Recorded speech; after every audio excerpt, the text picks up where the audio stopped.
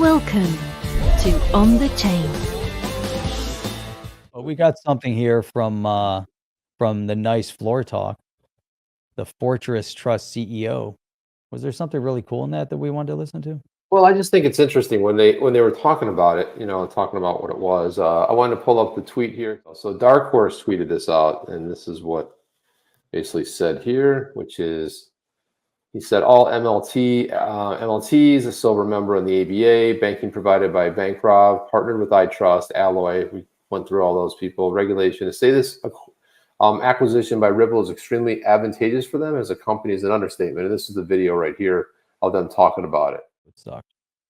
All right, here we go. So here's the video. Got the nice floor talk. You got this backdrop. Got these two guys here. Yes.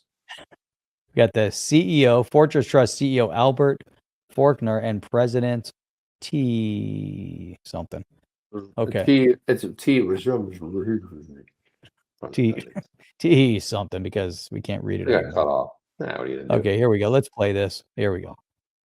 I'm Judy Shaw for NYSE Floor Talk. Joining me today is Albert Faulkner. He is CEO at Fortress Trust, and I also have Tom Michelina. He is president of Fortress Trust. President. Gentlemen, There you go. thank you both for joining me today. Wonderful to have you here on the floor. Thank you so much. Excited to be here. Thanks, Judy. You raised the Pleasure volume. to have you. Now, before we get started, quick note to viewers: this interview is for informational purposes only. The NYSE doesn't recommend any investments or investment strategies. Loud. All right, so Tom, let's start with you. What's Fortress Trust? So, Judy, Fortress Trust is a fully regulated, fully licensed, non-depository trust company. And we're part of a larger ecosystem that we call Fortress Blockchain Technologies. And under our umbrella, we have Fortress Wallet, which is a fully embeddable, white-labeled wallet. And we have Fortress NFT. So we're able to do your NFT minting. You combine that with Fortress Trust, and we are an innovative, full-suite solution for Web3 infrastructure. Yeah.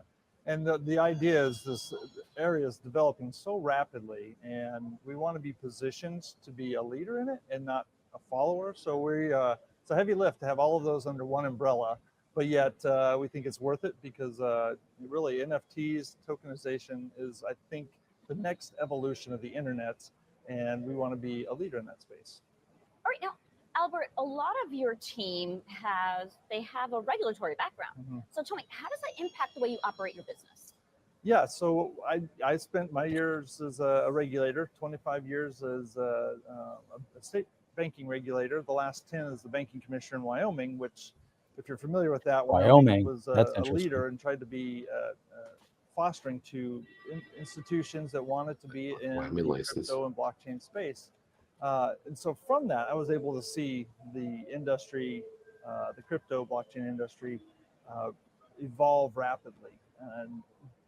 But part of that evolution requires a compliant manner. You know, the move fast, break things. Compliance is interesting. Forgiveness, not permission mentality has shifted a lot in digital assets. Very important. So when I came on at Fortress, I wanted to make sure that I had as much regulatory chops as possible.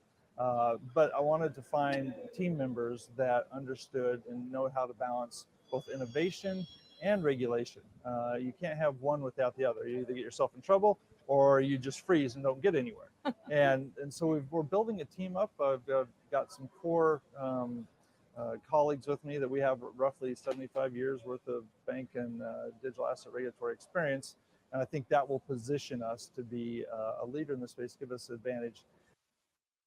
Really interesting, but lots of experience, Chip. 75 years of digital asset experience combined, banking and digital asset. I thought that was a funny comment. So Fortress are the guys the government's call to lock up your crypto when you're getting around their systems, and that's, so here we go. Again, this shows the direction the economy is moving in at a rapid pace. We had 10 years where 11, 12 years maybe where you don't hear much. And now all of a sudden, and it is all of a sudden, like it just now, in the past 6 months to a year, but maybe it's 2 years because the SEC dropped the bombshell on Ripple, and XRP. And it's interesting that only one asset currently has outcome in the court with the very decisive that it is not a security, but the timing, Jim, and it just seems so coincidental. And the one thing that the one thing that we know, there's really no such thing as a coincidence, right? It just if it looks compelling, there obviously was a lot of plotting and planning to get to this point, but the timing is very, very suspect with all of this. What else?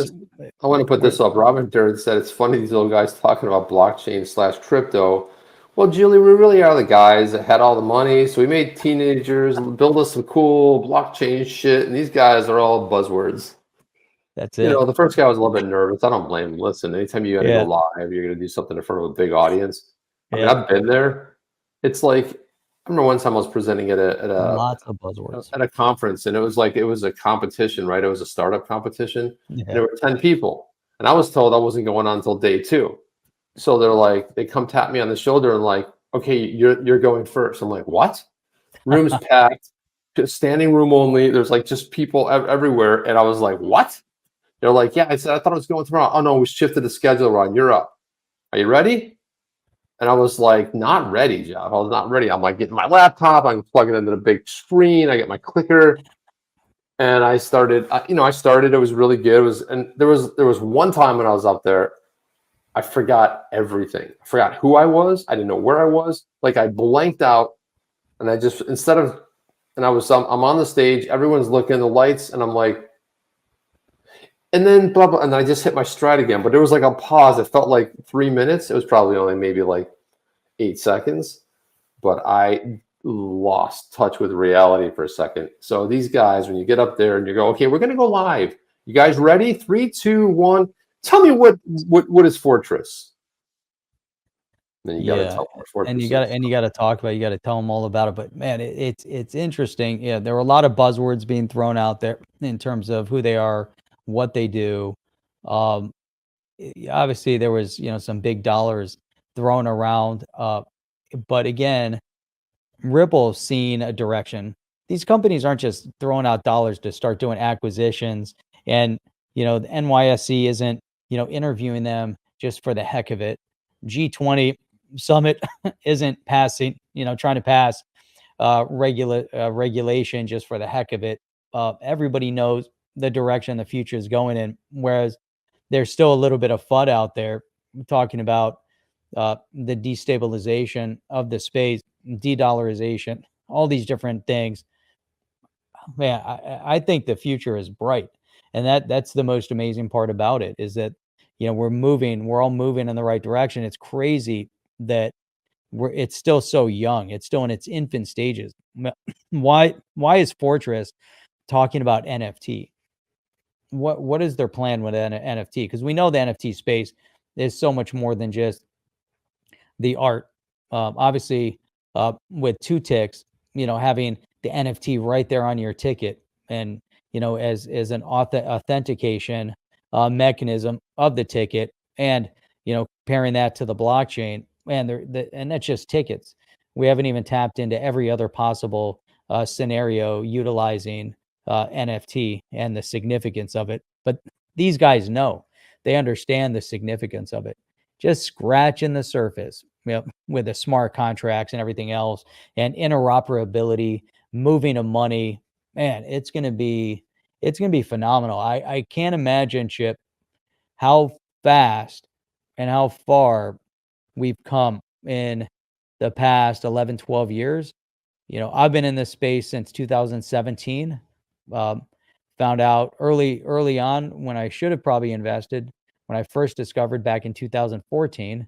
Took a little while to wrap my head around it, but now I look forward. Imagine 2023 to 2028. What are the next 5 years going to look like?